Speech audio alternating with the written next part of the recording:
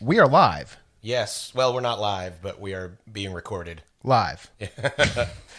Live to no one but ourselves. Correct.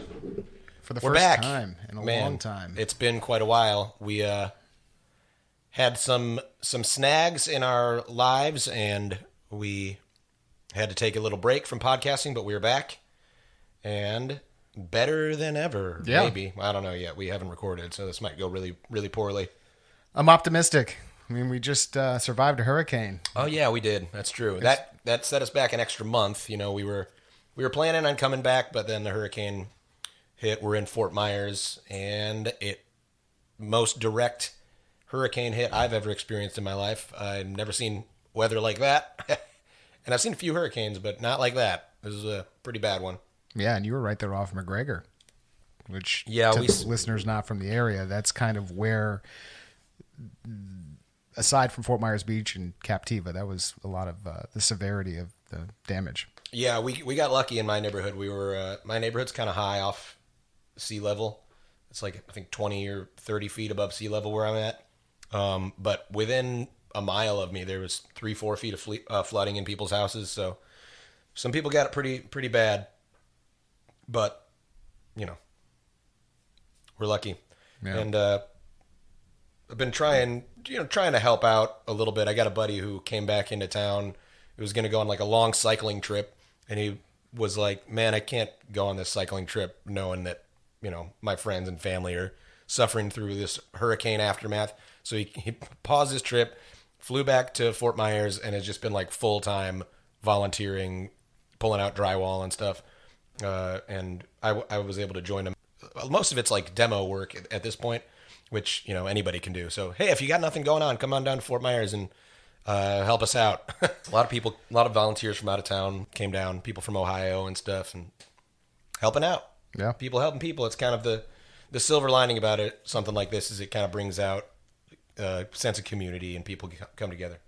Yeah, they jumped on it. I mean, the Sanibel Causeway is already operational again. Crazy. It is. Yeah, so the Sanibel Causeway, so this will be a nice little segue into music-related stuff.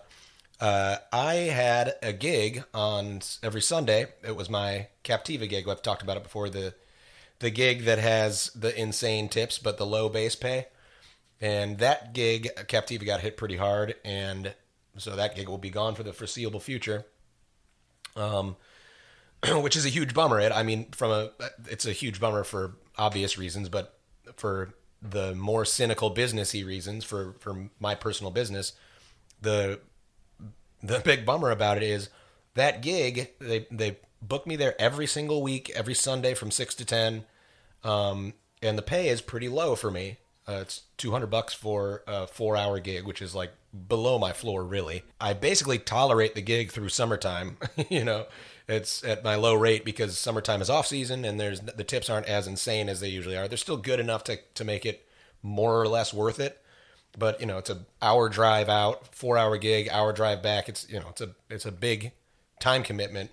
On top of already working, that's a double day. That was a double. Now it's just brunch. I'm done with my Sundays on brunch now, after brunch. But yeah, my whole schedule got kind of shot to pieces here in the last 3 months or so. I was, it sucks, but this kind of thing can happen. Well, let me ask you this, because it kind of brings up an interesting question. Because of the way that you had positioned yourself, how has this affected you financially? I mean, because of you are a good saver, so I imagine it wasn't as bad as some of the other local musicians. Yeah. Right? Yeah, I'm a good saver, so I mean, same thing happened in COVID where I was just like, man, this is scary, and kind of realized a month in, I'm like, oh man, I'm actually in decent shape. I can weather this. Similar thing happening here, except I mean, not nearly as bad as COVID, where I've got myself set up in a nice, stable way where none of this stuff is going to be an existential threat for me, really. I mean, a nuclear war would do it, but for the most part, I've Not kind there of yet. Yeah, for the most part, I've kind of created this. One metaphor I like to think about this is you're creating like a seagoing vessel of some kind, and depending on how well you've made this thing, you will capsize in a storm and die, or you'll weather nearly any type of storm there is. And I think of my financial and business life in that way, where it's like, what have I created here that protects me and insulates me? So, I mean, one kind of obvious thing is having the right insurance, right? Something like health insurance, for instance, is Just did that today. yeah, you gotta have it. Yep. I mean, shit, homeowners insurance, you have to have it if you have a mortgage, but just things like that are just insulate you from the worst case scenario is pretty important.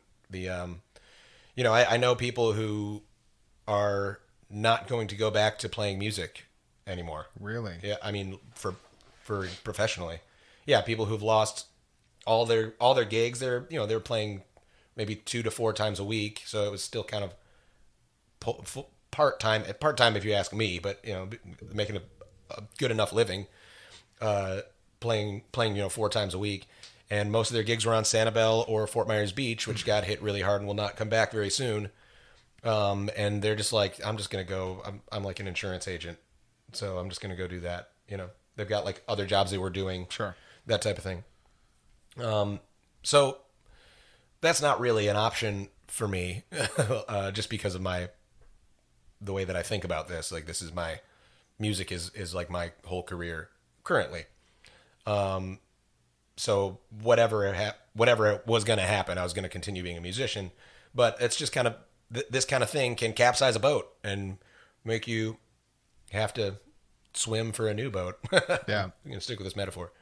But I feel like you've kind of always had some form of contingency plan. Like, there's always a plan B and perhaps maybe even a plan C in place. That's true, yeah. So, I mean, at first I was thinking about going to law school. That's not going to happen. But you're talking like a plan B kind of within music career stuff? Career, and just in general, I always feel like whatever it is that you're doing, you always have a backup plan in place. Because you're always thinking ahead. Because you're an avid chess player, right? So you're several steps ahead in life too. I feel like that's how you approach it. Well, that's very flattering. Thank you. I didn't mean it that way, but I'm saying I feel like that's the way that you conduct yourself. Is you're always thinking ahead. I'm very flattered by that. Thank you. Cheers. So anyway, I guess this is turning into a tangent episode. Not so much, because I'm going to redirect us. And the question here is: so how are you actively pursuing filling these slots that have opened up? Are you doing that, or what is your plan moving forward? That's a good question. Yeah, so it does make sense to have this episode kind of be about this. So let me just kind of go over what happened in my schedule here in a little more detail. So prior to summer off season, like July, August, around here, my brunch gig, which I really loved the way my schedule was this way. It was Saturday, Sunday, brunch, and then Sunday evening. So it'd be 2 doubles back to back, which I loved. And then I do my Friday gig, and then I've got 5 gigs in 3 days, and I've got 4 days to work on other stuff. That was like my schedule, and I loved it, and I did that very deliberately. And so what has happened now, like before off season started, my brunch gig said, "Hey, we're cutting Saturday brunch just for off season. So we're going to bring back Saturday brunch, but we're going to add a Thursday. But we're going to add a Thursday night gig." So I was like, "All right." So I didn't like it wasn't a net loss of income really, but it took my schedule that was nice and concise and spread it out over the week: Thursday, Friday, Saturday, Sunday. Now, without my full consent, right? That's kind of one of the it's really the issue about being employed anywhere, unless you're like the owner of your own thing or something. You're sort of at the whim of your employer, and they're at the whim of the market, kind of, right? So they were saying, okay, everything's subject to change. Yeah, right. And it's good and bad about being a solo musician, because it means that I'm spread out over all these gigs. So when one gig does something like that, where it's like, "Oh, I got to cut you," it's not like, "Oh my God, I lost my whole job." But on the other hand, there's variation between all these different places, and there's more plates to spin. If you catch my meaning there. It's an evolving puzzle. Yeah. So basically, it's back to the drawing board, and now you have to. Well, thankfully, the the Thursday gig that you had previously had, that had come to a close in April, correct? I don't remember exactly, but I stopped doing that because they wouldn't. I wanted my because I wanted my schedule to be Friday, Saturday, Sunday, and I would continue doing Thursdays for more money, but they wouldn't do it, so I dropped the gig. I'm not sure exactly when that was. I don't remember, but so as of right now, you have Thursday evening. Is that what they did? They opened up a Thursday evening slot. Yeah, I've got a Thursday evening, and then Fridays and Saturday nights are all kind of booked. Usually at country clubs now, Okay. which is great. And then Sunday I've got brunch, and that's it. So that's 1, 2, 3, 4 gigs in 4 days. So I'm making quite a bit less money. Nah, not quite a bit less money, but no, yeah, quite a bit less money than I was 6 months ago.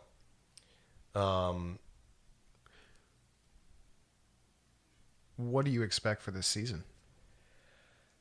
Well, that's a good question. I'm hoping that season goes well. I mean, it's really important for this area to have the tourist and visitor money come in for winter. Yeah. So I have high hopes for it, but I don't want to I don't want to hang my whole life on it. I have heard reports that Captiva is not as bad as we thought initially. So, and if there's a bridge going out, because the storm knocked out the bridge to Sanibel and Captiva, the only way to get a car there, aside from, I guess, a ferry. But so that was like, wow, you can't even get on the island without a boat.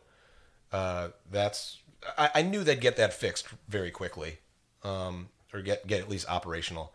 So that's working again. And if I'm being told that it's not as bad as we thought on Captiva, maybe in a couple months they could be up and running. I mean, they're all going to be eager to get back to business.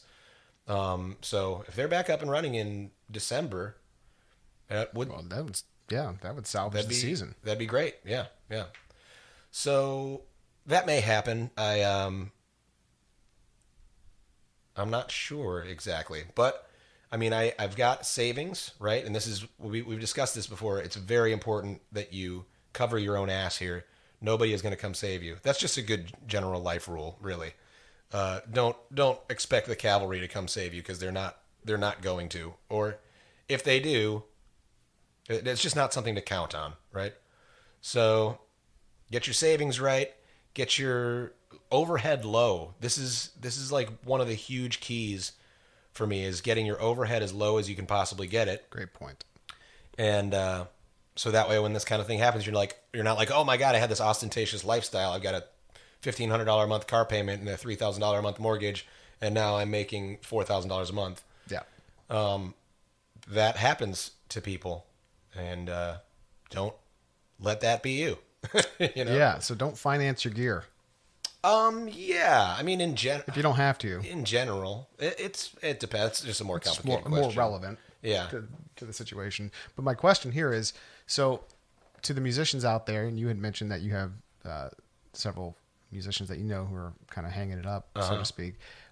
Those who maybe were affected by the storm and did lose some gigs, what do you suggest they focus on? It sounds like country clubs might be the ideal way to move forward, because it really doesn't seem like that was affected by this. Yeah, well, I mean, you're asking me to talk specifically to local musicians? Well, in general, yeah. I mean, you're in Fort Myers. Yeah, if there are a few that are listening. All right. Well, if you're in hopes that there are a few that are listening, we're going to a very small crowd here, or anyone in a coastal region who has lost a gig. It seems like the country club seems to be a stronghold. I think country clubs are it. I mean, in this situation, it just depends what gets hit hardest by the storm. It's like if you had gigs, like anything in Naples is fine, country club or bar or what. It doesn't. I mean, pretty much. Naples Beach, I guess, got hit a little bit, but there's, the Naples. All my Naples gigs are fine. My Bonita gigs are fine, and that's mostly where I'm playing these days, because that's where more of the money is. Naples specifically, but yeah, if you lose a gig, you just got to do some math. You got to make sure you're if you don't want to be in a position where if you lose one gig, you're fucked. You want to be in a position where you could lose one gig and still go on with your life without it falling apart, right? Or even two. So that requires savings. That requires a low overhead kind of life. And it requires pretty good paying gigs, right? You can't do this if you're getting paid $100 a gig for 4 gigs a week. You lose one of those and you're, in bad shape. Yeah. Right. These days, $400 a week. I don't know where you can live on that with, but certainly not renting. Yeah. Yeah. So yeah, you could live with your parents, which we've talked about, or with parents is really the only option. With family, you don't want to do this with a friend. Or a cheap sublet kind of thing with a friend could be an option. But you want to keep that overhead low. This is how you make that vessel that can weather a storm, right? Things with high overhead tip over. Which they can be great if the water is very calm, and nothing ever happens. High overhead, like playing it right close to that line. Okay, I make $1,000 a week and I spend $950 a week and I can't spend any less. Like that could be fun for a while, but the minute a storm hits you, you're like in the hole. So yeah, live well within your means. It's a stressful way to live. It is. It's good. It's good life advice in general, but it's specifically very important for this type of career. If you're trying to do something like this, it's sales, it's entrepreneurial, it's risky to some degree, at least in the beginning. And being self-employed, all this, it's a little risky. So if you're going to do this, you need to be more cautious than a banker, even, right? Like with your spending and with your lifestyle. So yeah, so I'm in okay shape. I lost one. Really, I've lost a net of one. Well, two. No, because I got my Saturday brunch is gone, and now my Sunday night is gone. So I'm 2 gigs short from where I was probably last time we had a podcast. Last time we did an episode. It's been a while. But I'm gonna be okay. Like I could go on indefinitely like this and be fine. I'd be, I've tightened the belt a little bit, and I'm saving, like putting away a little less in savings. I'm not paying an extra $200 on my mortgage every month right now because I'm just keeping that in my pocket. So that kind of thing, you tighten the belt a little bit. You asked a question that I didn't really get to, is like, am I looking for more gigs? Not actively. I am looking for gigs passively.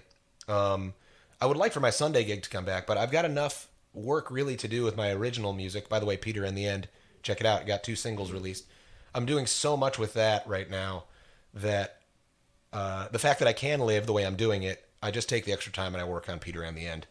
And it's been great. I'm really there's a point when I was waiting tables and about to go into full-time music where I was like, I think I got enough savings. I had a few $1,000s saved up. I said, I think I got enough savings. I can crash with my mom. I've got 1 or 2 gigs a week. I think I can do this. So I'm just going to take a leap of faith. So I just, I quit the waiting tables job. It was a bit of a leap of faith. I was like, I can't do this indefinitely, but I need more gigs. And I'm starting to feel like that might be where I am here with the original music, where it's like, I can do this. I've got enough saved up to like, I'm getting pretty close to being able to take that leap of faith and cut out more of these bar gigs and really just do like 2 gigs a week and try to make my full-time job Peter and the End. So check that out. The sooner you check it out and share it, the sooner I can stop playing bar gigs, and then I also spend a little more time dedicated to this. Mm-hmm. So make a real online course for you guys and get you out there in the world, and maybe do some booking too. I've been doing some booking. So, all right, a little bit of a rambly episode, but it's a catch-up episode. Yeah, that's exactly what it's called. And we're keeping them short. So, I hope we didn't bore you too much. Yeah, well, we're back, so get used to it. Thanks for joining, guys. All right, we'll see you on the next one.